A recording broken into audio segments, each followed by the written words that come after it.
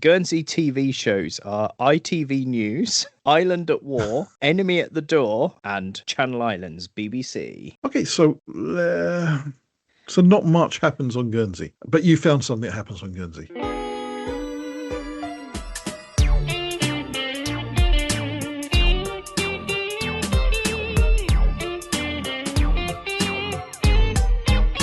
Boo Foons, mystery investigators.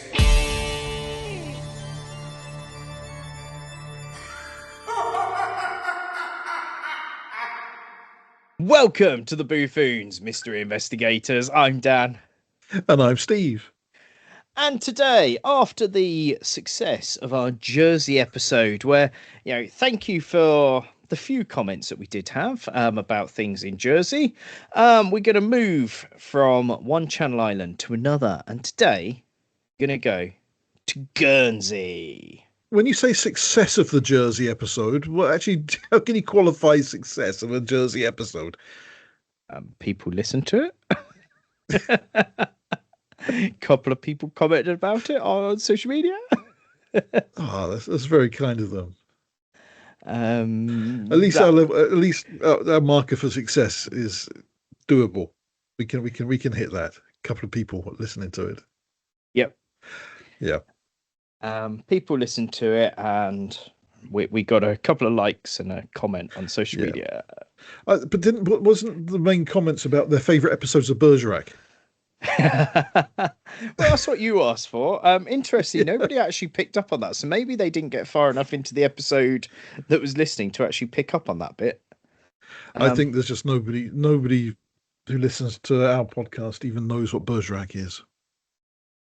Yeah, maybe that's that. Or can remember due to dementia. You promised me that something happens there, yeah? Yes. Well, you're not just stringing me along, are you? Just so I can just get angry and walk away. That's all you want to see, isn't it? Okay, right. No, actually, I have gone through an entire book about the Channel Islands for all of these notes. Oh, in that case, I will take this seriously because I haven't read a book in years. On the south coast of Guernsey, where the cliffs fold into the narrow cove and the tide rolls in like a slow breath, a fisherman saw something extraordinary.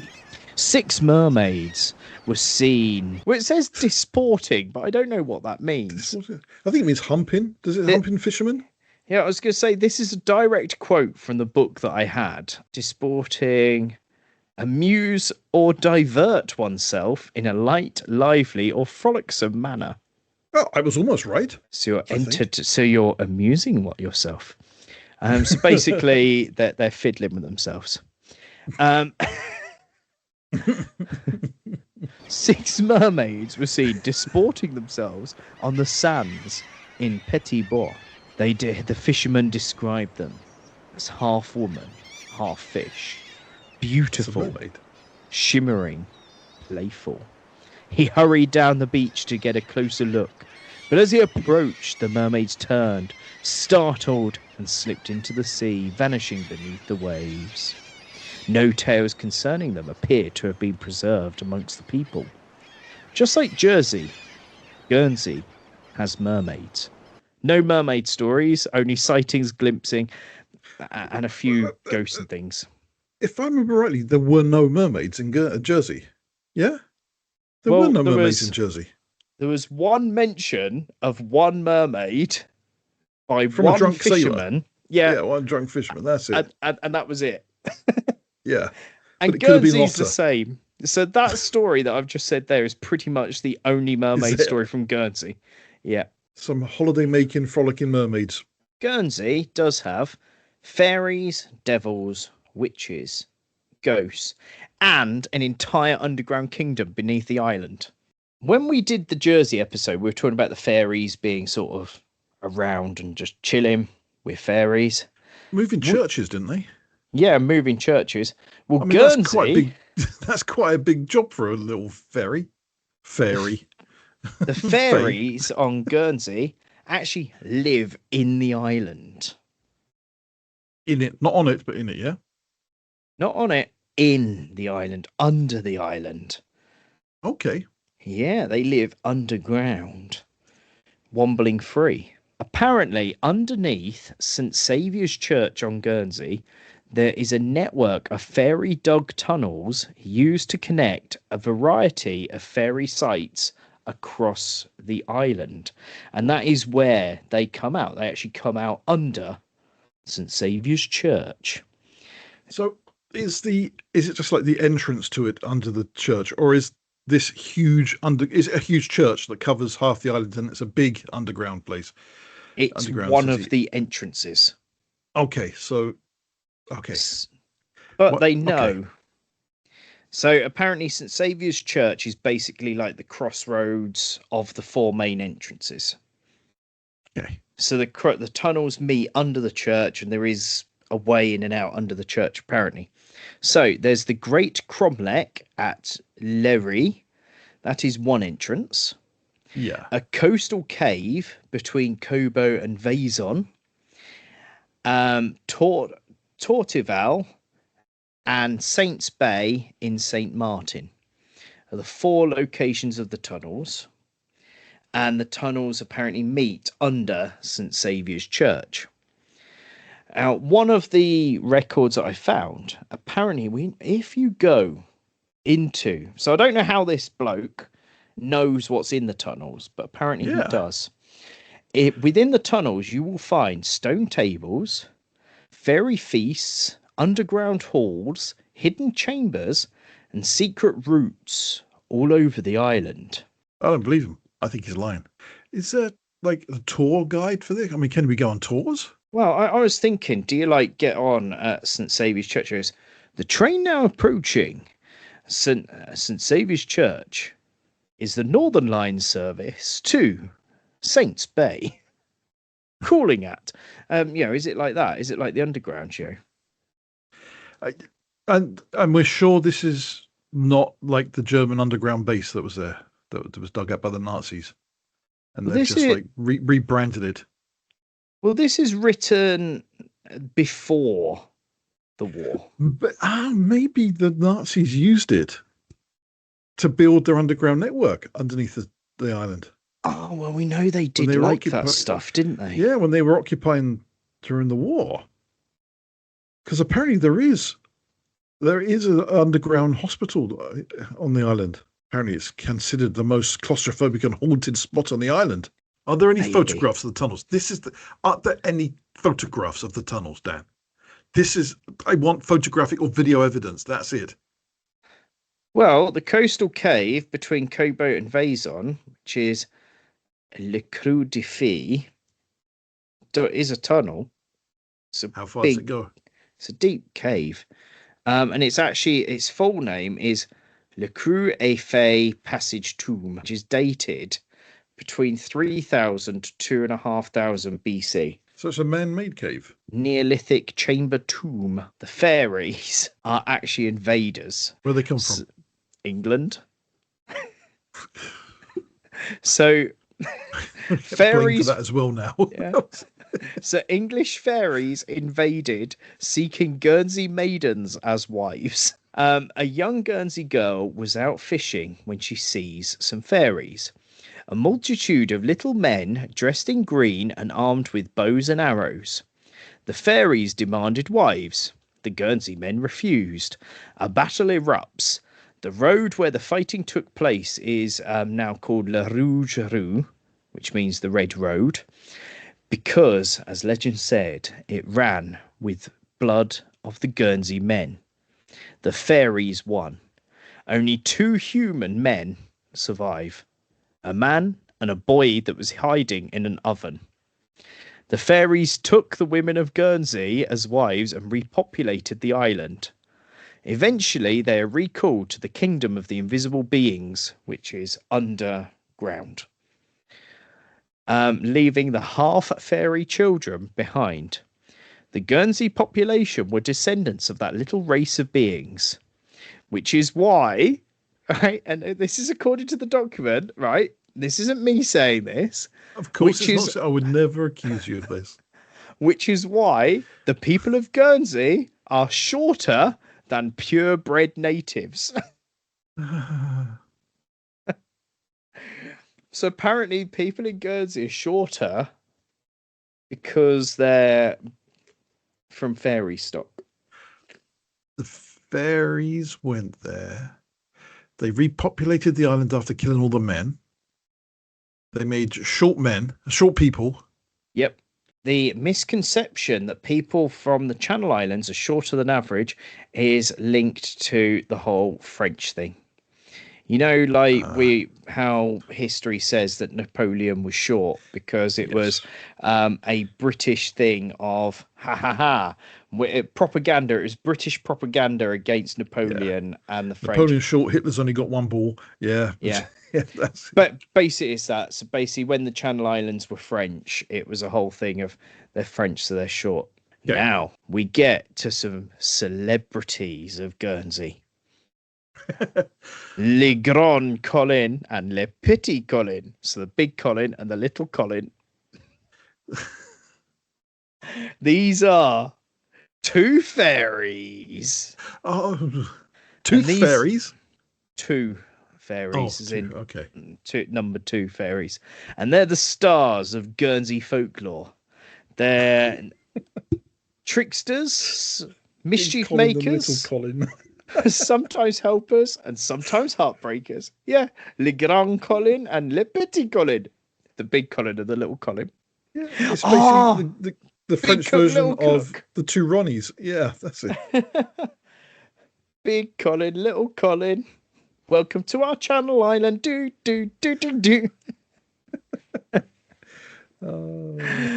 Oh, there's a few different stories about Big Colin and Little Colin. So the first story is they had a game of cricket. Big Colin hit the ball so hard that it disappeared. So at the end of the game, because they could no longer play cricket anymore, he rammed his bat into the ground. And that bat is... You're going to love this. It's a menhir, or however you say that word, which is a rock. On the map, it's La Longue Pierre, or La Palette Effet, or the Fairies Bat. It's just a big rectangular rock. Cricket was a sport originated in like the 17th century. Yeah, and Big Colin was playing it. Actually, it is quite a modern name, isn't it? I never thought of it as a French name. There you go. That was Big Colin played a game of cricket. It is the most... I've heard some ridiculous things on these shows. This is one of the most ridiculous things I've ever heard.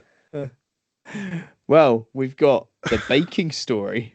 A woman sat up late spinning yarn. There's a knock at the door. Little Colin enters, followed by Big Colin. I can't take these seriously. They chat.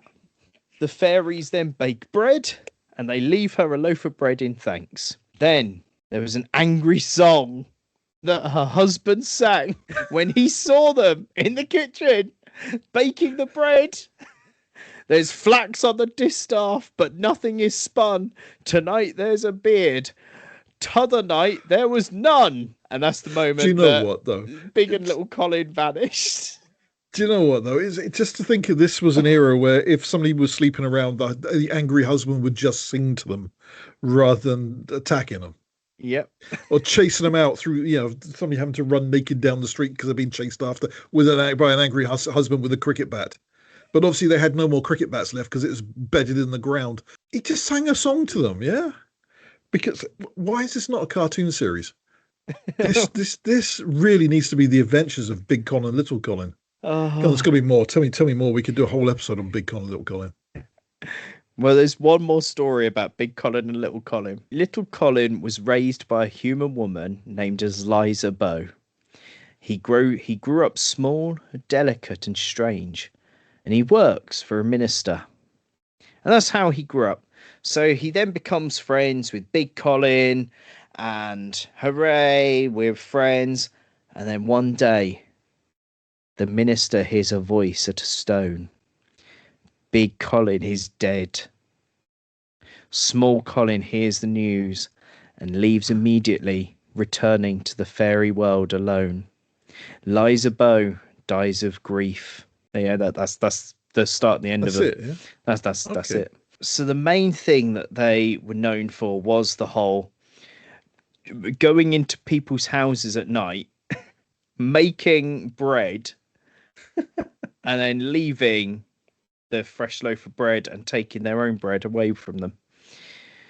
There is one other story of a local man, Pierre Dumont, was returning home during a storm when he felt a small cold hand slip into his, and he met little Colin, who guided him to his front door.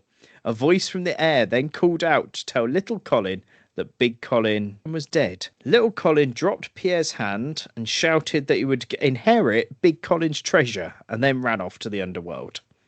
Oh, didn't seem too bothered. They weren't close friends, were they? Obviously. Do you reckon little Colin was just an alibi for him? I was with Pierre the whole time when Big Colin died and I inherited his treasure. Well, if you want more fairies, do you remember the whole episode we did about changelings? I do. Changeling apparently wrote this. I'm not of this year, nor the year before, nor yet of the time of King John of yore. But in all my days and years I ween, so many pots boiling I never have seen. So all of the same changing law that we discussed before applies. But making food or brewing inside an eggshell. And hanging knives or daggers over the cot of the baby. Yeah, that was it. I remember, yes. There's one slight difference. You just simply cook limpets. You just cook limpets. Yep. I don't like that. Apparently. Well, it's good because the other one was you'd have to put the baby in the oven. So this is definitely a better way to do it. There is another story of the changelings where a woman chased after the fairy who had kidnapped her baby. The fairy spat in her eye. Damn. And as a result of the fairy spitting in her eye, she was then able to see the fairy world and the world as it truly was, which is how she was able to get her baby back. However, later in the story, she sees a fairy at the market. The fairy at the market spits in the woman's eye and it then makes her blind. Yep. Do you know, I wonder what you would experience if you got a pearl necklace from one. I like this one. So this next one is a megalithic site that doesn't exist anymore. So we got to just take their word for it. Is that what it's saying? Historians actually do genuinely believe that this actually did exist, but they think it was actually destroyed by quarrying. Oh. It was called Le Gibet de Faies, or the Fairies' Gibet. They would execute them there? Yeah, so a megalith of 3 upright stones supporting a horizontal one called Le Gibet de Faies, near La Fontaine de Faies. So fairies once ruled over the land. They danced on the headlands. They feasted in the cromlechs. They lived in harmony with the land. And then came the witches! Dun, dun, dun! The witches, with their evil magic, invaded the fairies' happy haunts. The Did they fairies... come from England by any chance? Or did they come from France? Were they French witches or English witches? It doesn't say, but I'm going to guess that the witches are probably French. Considering that they've said that the fairies are English, I'm going to assume that the witches are French or German. Yeah. The fairies tried to fight back but failed. So fairies gathered at the fountain of forgetfulness. They decided to cure their sorrows by drinking from the fountain, but the spring's powers failed. The fairies could not forget, so they climbed the great stone structure and hanged themselves with blades of grass. What the? Oh, actually, looking at my garden at the moment, I think some of that grass is long enough to use, but... And that is what ended the fairy race in Guernsey. Mass suicide. Mass suicide. By grass.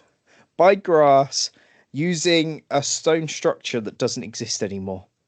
Okay. So I'm assuming for it to last that long, it would have been a big stone structure. So the grass would have had to been very long. Witches didn't kill them. So it hadn't, their demise had nothing to do with the witches apart from... Well, the witches they just came sort of took over. Well, the witches came, took over, invaded, and had started to kill the fairies. And then the remaining fairies then hanged themselves. I think it sounds more like the fairies were actually French and the witches were German. Yeah. Either way, it wouldn't have, yeah. And they're so little though, the poor little things. If they could end their life with a piece of grass, I mean, surely they could have hidden in that massive cave network underneath the ground, unless they forgot all about that as well before. Oh, Yeah, yeah. this doesn't make sense. I've got a feeling this isn't real. This I, is one of those things, isn't it, that Bob Mortimer tells us on Would I Lie to You? yes. I also like the fact that Guernsey has a fountain of forgetfulness. Yeah, that is pretty cool. Is that still there? Has that been taken away as well? It's a legendary site Okay, near so again, Le Croncy Common. there's a fairy ring there as well, isn't there? It's a nature reserve. I love it, but So even now it says if you walk around the ring 3 times while making a wish, the fairies will grant it. But they can't because they're all dead. We've just found out. How can they do that? But also, the locals claim it's a meeting places for witches. So because the witches took over. yeah, but apparently the fairies will still grant you wishes if you walk around it, which probably explains why there's a ring there, because people have been walking around it for ages trying to have a wish granted. Let's go to some of the other folklore. We got the devil. Yeah. Do you know what I don't like about these? I'll tell you. It's the fact it's in French and I can barely speak English. And how can I compete with trying to read some of these things off when it's all in French? Google Translate. No, I have to speak it.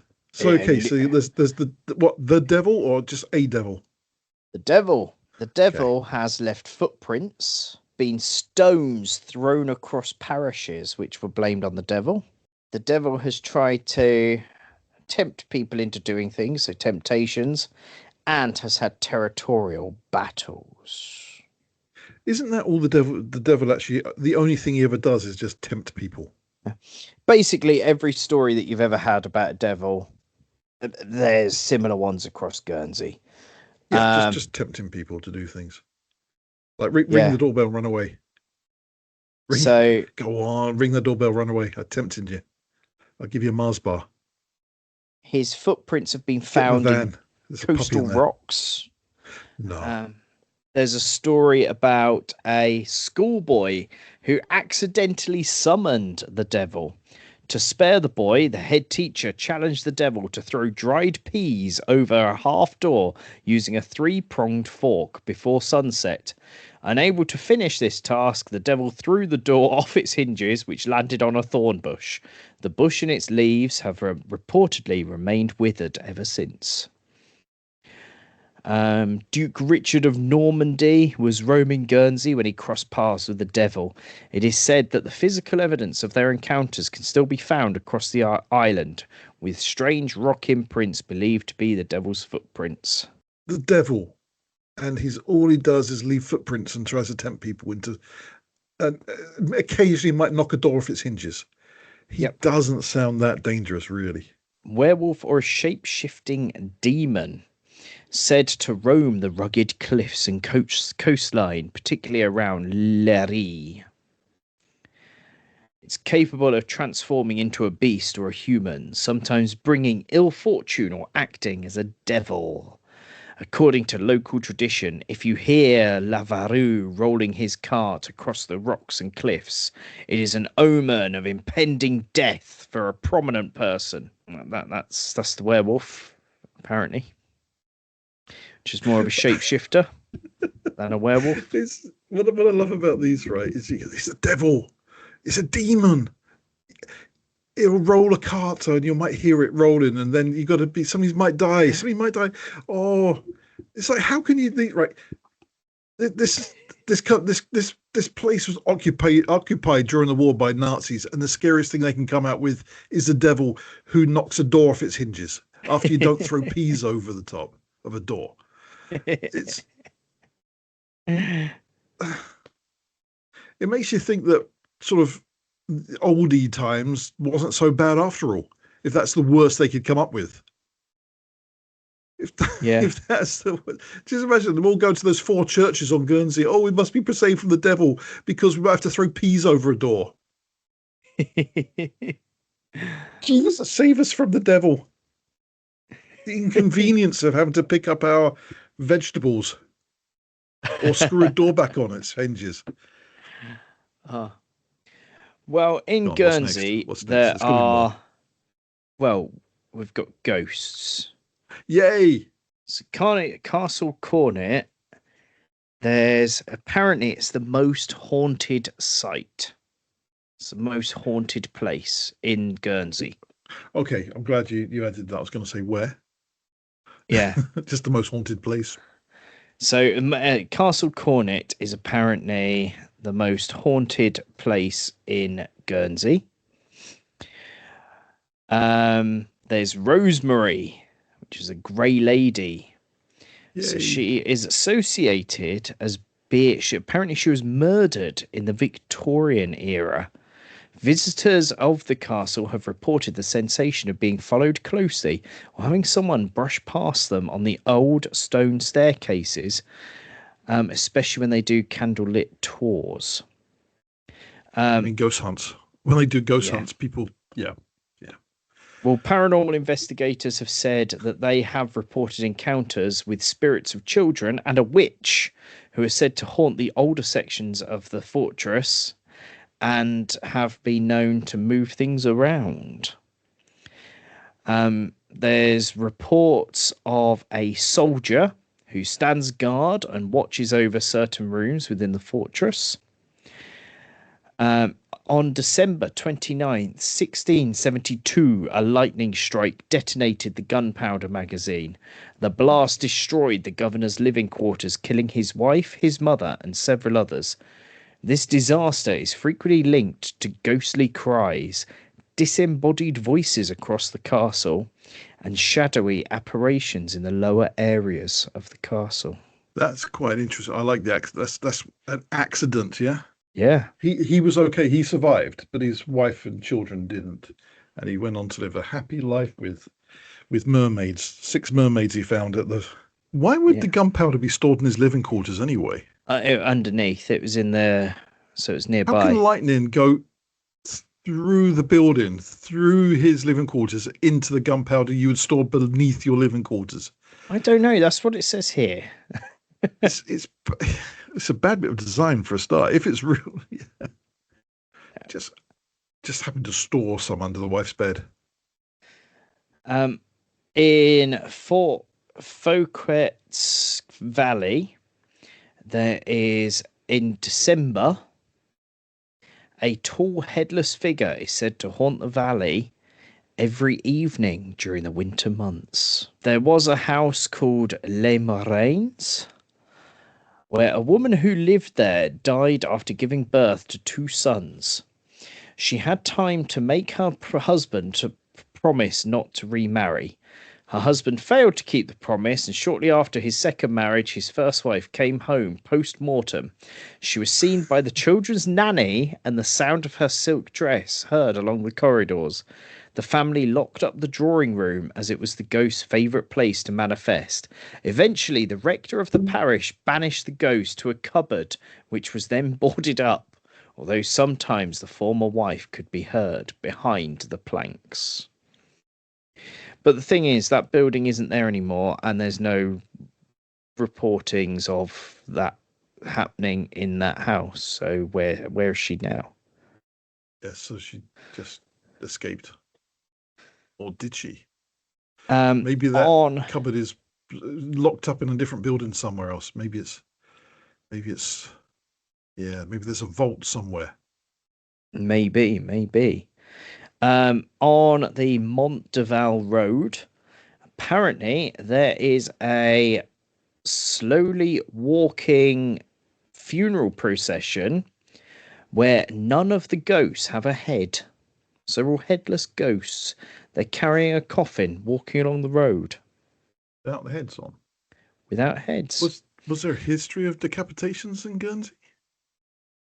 Not that I'm aware of, and nothing that says here. But apparently if you see this funeral march, It will give you, it will either kill you or bring you bad luck. Not good luck. No, bad luck or death. Okay. I'm assuming that's death before anyone could get the photographs developed. Yes. There aren't any, Dan. I've looked everywhere. No one has got any photos of anything paranormal on Guernsey. On Le Bourg, which is a road, there is a line of soldiers wearing grey uniforms walking along the road. They're said to be German forces from the Second World War. Ooh, modern ghosts. There's some stone bridges called Le Pont Colique and Le Pont St. Michael. Apparently, there was a thing or a place called Le Bray du Val. So that was a tidal channel at once upon a time, crossable only by using two stone bridges. Over the years, people slipped from the bridges and drowned, leaving their ghosts haunting the area. So Le Pont St. Michael is very haunted with people that died falling off the bridge, and is also haunted and cries of people in distress. There's a ghost rabbit as well. No. Near Profond Camp. Ghost rabbit. I always wonder why we don't have more ghost animals. So near Profond Camp, on stormy nights, a phantom white hare is said to manifest when storms roll across the area. Nearby, there's a ghost of a man and a white goat. Okay, so here's an interesting fact, I think. Guernsey, in the 16th and 17th century, had a population of roughly 10,000 people. Their witch trials were held, and over 100 people were executed on witchcraft over a 90-year period. That's quite a big percentage of people being 80-year period. So yeah, that's a lot of executions. But no beheadings, apparently. They were all just hangings or burns. But apparently, so roughly, this is figures, roughly 76 women and 27 men were accused and executed of witchcraft in Guernsey in those few years. 50% of all trials ended in death sentence. Interesting. I would have thought 100% would have done. Yeah. England, but actually mainland England, it was 25% of trials ended in execution, being found guilty. That's interesting, because I always thought it was a no-win situation. If you were accused and found guilty, but only 25% in the UK and 50% in Guernsey. I'm just surprised anyone, if they were accused, managed to convince people they weren't a witch. And in the mid-17th century, the royal court shifted its focus away from supernatural panic towards more stable civic governance, which mirrored the broader decline of the witch trials in Western Europe, apart from obviously the people who moved off on the Mayflower to execute people in America, the new land, because they could get away with it there. 16th century, heresy, religious dissent the execution method was burned at the stake. 16th, 17th century, witchcraft and sorcery, strangulation followed by burning.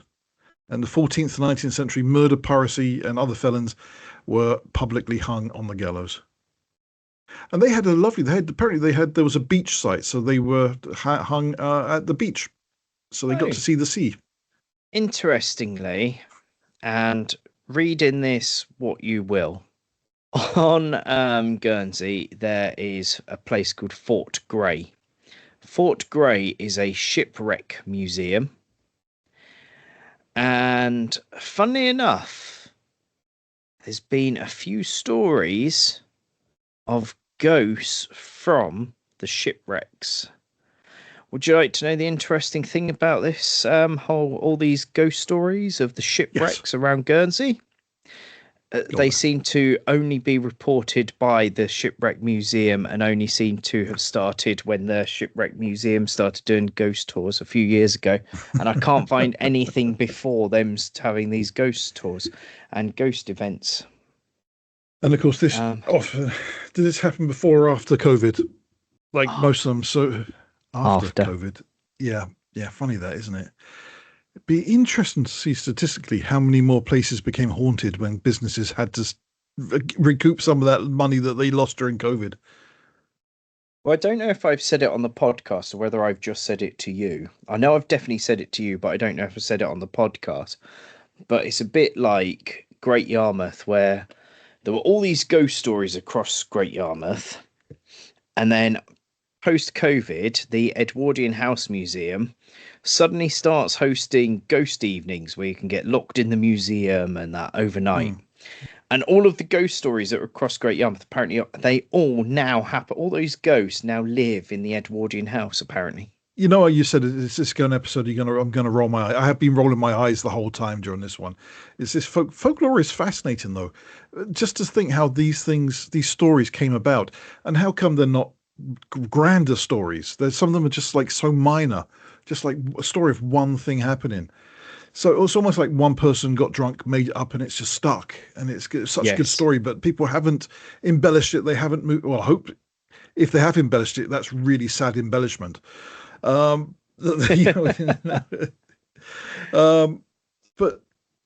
it's great because I mean you see like the stone, the circle, and you see the caves, and you see natural formations, and some that just look like they may be the Neolithic formations or maybe man-made, but there's no evidence apart from maybe a marking on the ground or some fossilized footprints on a wall in but that's probably what the devil's footprints are. There may be some fossilized footprints, that's all that's showing up, or just something.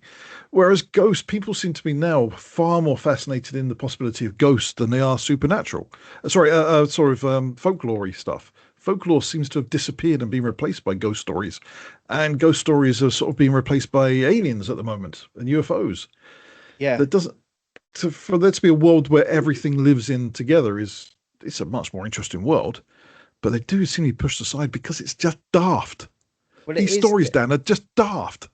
They are, and like you said, it is fascinating because it is stories that have been handed down, and like you said, it is most likely started with one small story to explain something, like a little kid saying, "What's that over there?"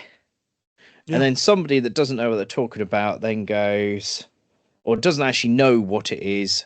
And we know what children are like. They're going to keep asking. They keep going, why is that? Why is that? So in the end, the parent has got that frustrated with being asked why that they've ended up going, it's like that because the fairies made it this way. And if you go near it, the fairies will put a curse on you. So stay away from it. And stop asking why, because if not, the witches will come and cut out your tongue. Yep. And then that kid has then grown up. Their kid has then gone... scarred by it, yeah. What's that over there? Oh, well, that thing over there, let me tell you, the fairies put that there. And if you go near it, the witches will come and cut out your tongue. It's that sort of thing, isn't it? And then it's then been handed down through generation and turned into something else. Looks like this one here. I've just sent this. I've just read what you've sent me. Le Haptalone, or however. Yeah, that's about right. Yeah, Le Haptalone, which is this one here. You know, we were talking about nursery bogeymen before. Yep. This is one. This story. There's no explanation. That no one has a description of what this creature looks like. But apparently it would hide in the long grass in orchards. And if children would try to steal the apples and go scrumping, it would grab their ankles and pull them away and they'd never be seen again. That's one of the legends from there. But no one knows what it looks like. It's just this thing in the grass that can grab children if they start scrumping. I notice how you haven't said what the English translation of its name is. The Snatching Bastard. Le Haptalon, often translated as the Snatching Bastard. Well, he's a hobgoblin from Guernsey. Who just runs away with children. Yeah. I mean, now we just call them BBC presenters. But back then... the other name, so the other name is the Orchard Goblin. Orchard Goblin, yeah. Yeah. Yep, so it's an orchard goblin, just basically keep the kids from stealing the apples. So that's how, again, a lot of this folklore are these nursery bogeymen, to stop kids doing things you don't want them to do. So rather than just saying, just please don't do that, you've got to say, because you know they will just keep doing it, but just say, if you do that, something will just kill you. Yeah, It's not going to be me. will come and get you. Yeah.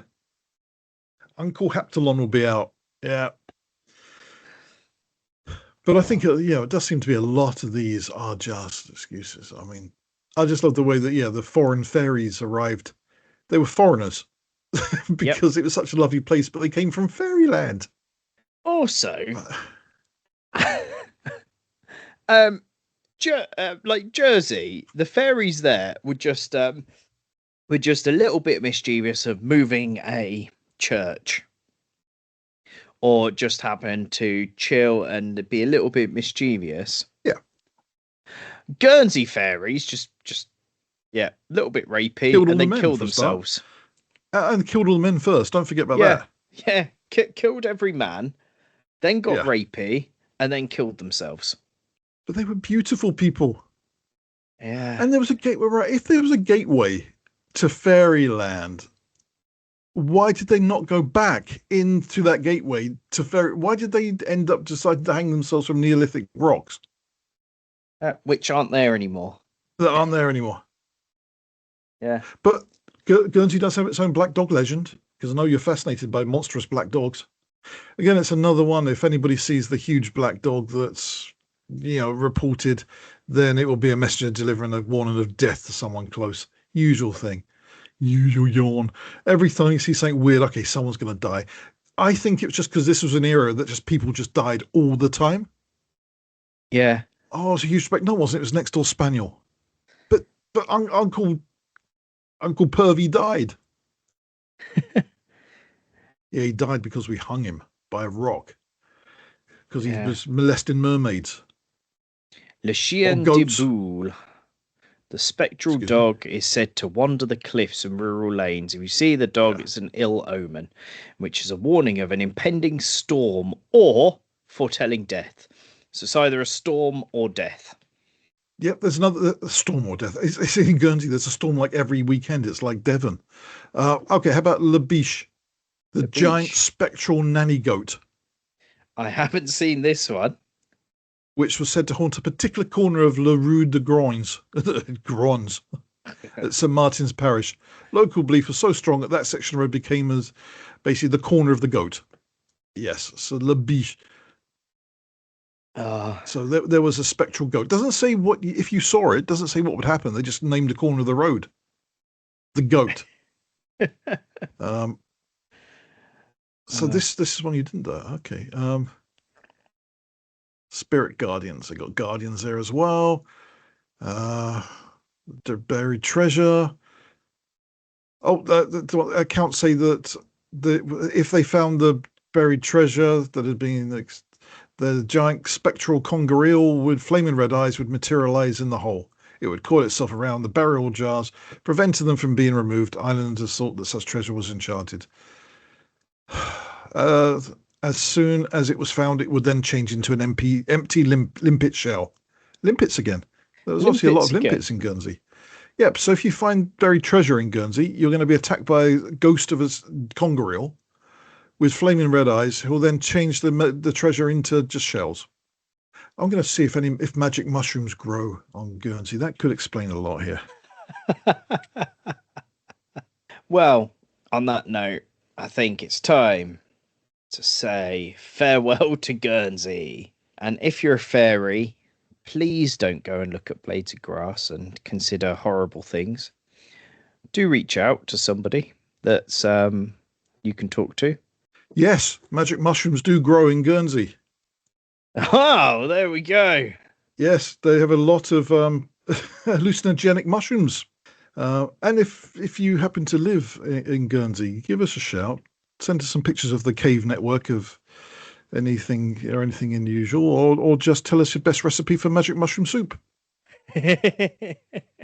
Farewell. As always, when I get to this point of the episode, do check out our Patreon for the full unedited video version of this episode.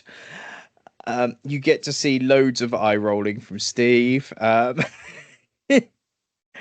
And do look at our social media accounts. Give us a like, a follow, a share. Do comment on there. We do try our best to respond to you. And it always, it's always nice to log on and get that little notification somebody's liked or somebody's put a comment up. And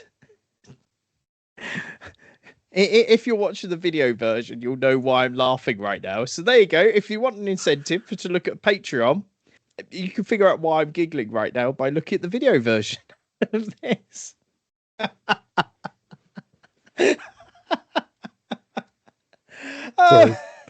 And do check out our website, boofoons.co.uk.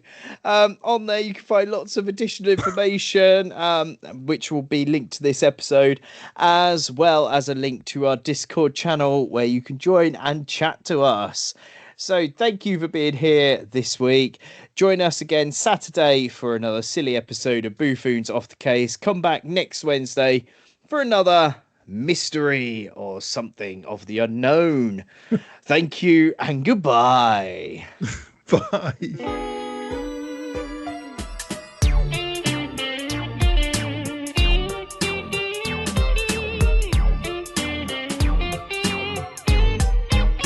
Boo Foons, mystery investigators.